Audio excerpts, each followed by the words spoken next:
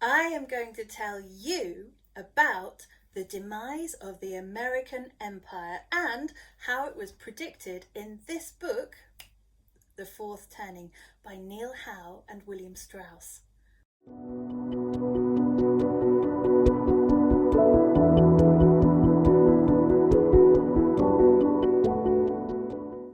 Hi, I am Eliziam and welcome to my channel. This week you are seeing videos from me which are all about perception and predictions and the future.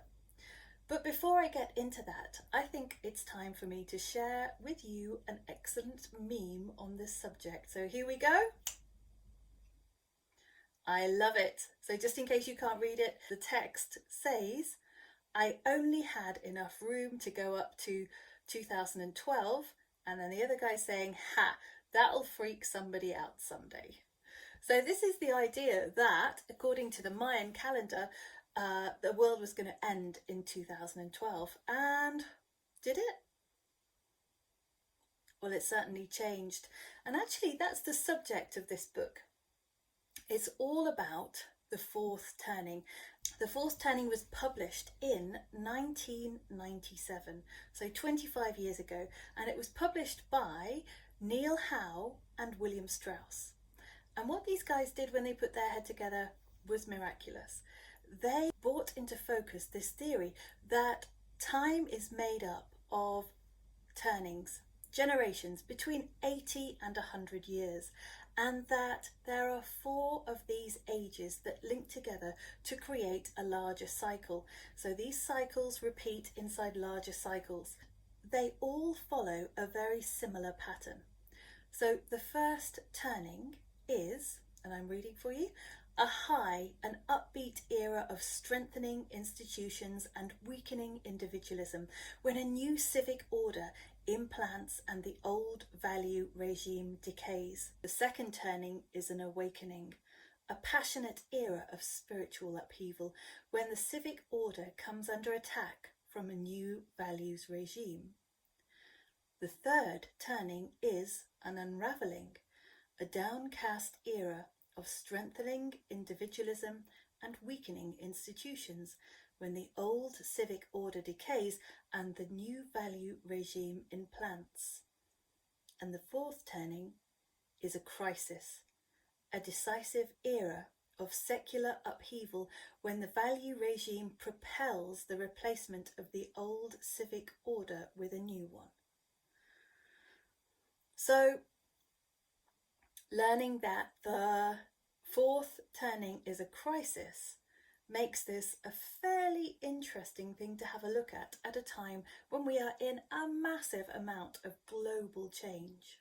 And I believe that we are in that moment exactly right now. I'm not the only person to be talking about the decay of the American empire. If you have a look at Edward Snowden's tweets, he is talking about the demise of America, and he's talking about the absolute squalor which can be seen on the American railways. I'm sure you've seen pictures of this for yourselves. So what's happening is that trains are being looted, trains which are carrying freight, parcels, things that people have ordered, because the way that we shop has changed so much. We're all desperate for the best possible price and at the easiest and most convenient shopping method for us. And so lots of people are ordering things online, but the problem is that there is a vulnerability in that process. The rail service isn't prepared for the massive crisis that it is experiencing at the moment. What I want to think about in terms of this video is how that crisis is unfolding, because in my opinion, it's not just the trains. And I also think this has been going on for quite a long time, maybe without us recognizing it. Let me read to you the beginning of chapter 10 from this amazing book. So it's where it predicts what will happen in the fourth turning. Sometime around the year 2005, perhaps a few years before or after, America will enter the fourth turning. In the middle 00s, America will be a very different society than in the late 1920s, when the last crisis catalysed. The nation will be more affluent, enjoy better health, possess more technology, encompass a larger and more diverse population, and command more powerful weapons. But the same could be said about every other unravelling era society compared to its predecessor. They were not exempt from the seculum, nor will we be. A spark will ignite a new mood. Today, the same spark would flame briefly but then extinguish. In its last flicker, merely confirming and deepening the unravelling era mindset. This time, though, it will catalyse a crisis. In retrospect, the spark might seem as ominous as a financial crash, as ordinary as a national election, or as trivial as a tea party. It could be a rapid succession of small events in which the ominous, the ordinary, and the trivial are commingled.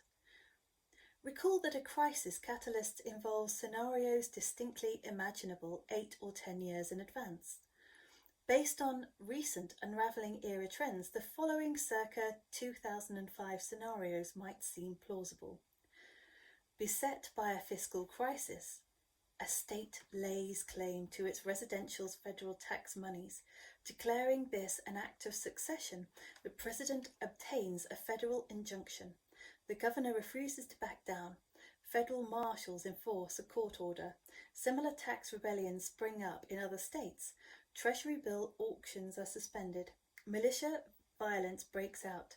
Cyber terrorists destroy the IRS databases. US Special Forces are put on alert. Demands issues for a new constitutional convention. A global terrorist group blows up an aircraft and announces it possesses portable nuclear weapons. The United States and its allies launch a preemptive strike. The terrorists threaten to retaliate against an American city. Congress declares war and authorises unlimited house-to-house searches. Opponents charge that the president's concocted the emergency for political purposes. A national strike is declared. Foreign capital flees the US. An impasse over the federal budget reaches its stalemate. The President and Congress both refuse to back down, triggering a near-total government shutdown. The President declares emergency powers. Congress rescinds his authority. Dollar and bond prices plummet. The President threatens to stop Social Security checks. Congress refuses to raise the debt ceiling. Default looms. Wall Street panics. The Centre for Disease Control and Prevention announced the spread of a new communicable virus. The disease reaches densely populated areas, killing some. Congress enacts mandatory quarantine measures. The President orders the National Guard to throw prophylactic cordons around unsafe neighbourhoods. Mayors resist. Urban gangs battle suburban militia. Calls mount for the President to declare martial law. Growing anarchy throughout the former Soviet Republic prompts Russia to conduct training exercises around its borders. Lithuania erupts in civil war. Negotiations break down. US diplomats are captured and publicly taunted. The President airlifts troops to rescue them in order to order ships into the Black Sea. Iran declares its alliance with Russia. Gold and oil prices soar. Congress debates restoring the draft. It's highly unlikely that any one of these scenarios will actually happen. What is likely, however, is that the catalyst will unfold according to a basic crisis dynamic that underlines all of these scenarios. An initial spark will trigger a chain reaction of unyielding responses and further emergencies. The core elements of these scenarios, debt, civil decay, global disorder, will matter more than the detail, which the catalyst will juxtapose and connect in some unknowable way. If foreign societies are also entering a fourth turning, this could accelerate the chain reaction. I don't mind telling you that when I heard that, my blood ran cold, because to say that this book was written 25 years ago and I just ticked off on the list each of the things that I've experienced and I can remember in my own lifetime. It was chilling. It's also partially comforting to think that this was inevitable, that this amount of change isn't necessarily a bad thing, that there maybe was nothing that we could have done anyway to prepare ourselves or to fight against this inevitable tide of change that we're experiencing. I can't tell you whether these events have finished happening now, whether the Twin Towers, the global financial crisis, and the onset of COVID, and we've had enough catastrophic catalytic events for this process to be done, is the best way to deal with preparing for the fallout. The book suggests that the bulk of this slippery change period should be done by 2025, which is great news. We've only got another 3 years of chaos left.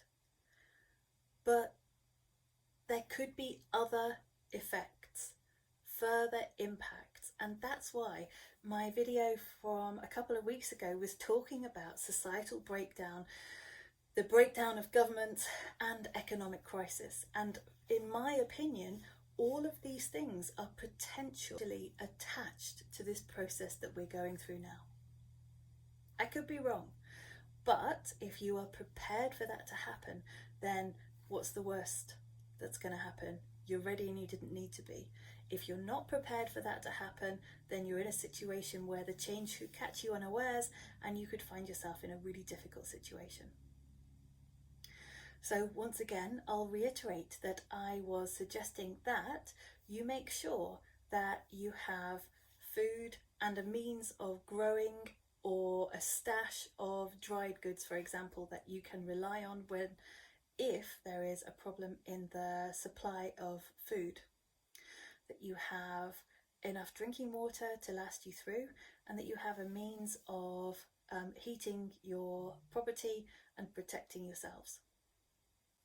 I'm not a financial advisor, and so I'm not going to tell you where to put your money.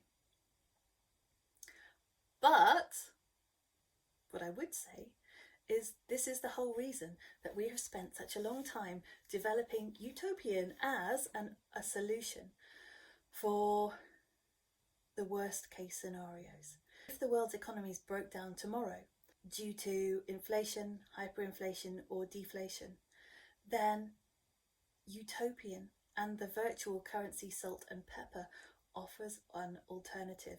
It's not linked to our traditional fiat currencies. It's not even linked to cryptocurrency. It is a completely standalone solution, and it's valued against the worth of an individual. It doesn't suffer inflation, it doesn't suffer deflation. The same goods and services can be traded at any time in history for exactly the same amount. It is a revolutionary alternative.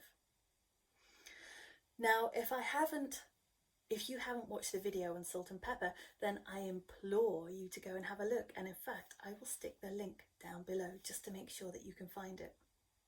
I think that there is just enough time for me to ask you to like, subscribe, and to put the alert notification on so that you never miss an episode. And remember, if you like my channel, don't tell me, tell your friends. I'll see you next time.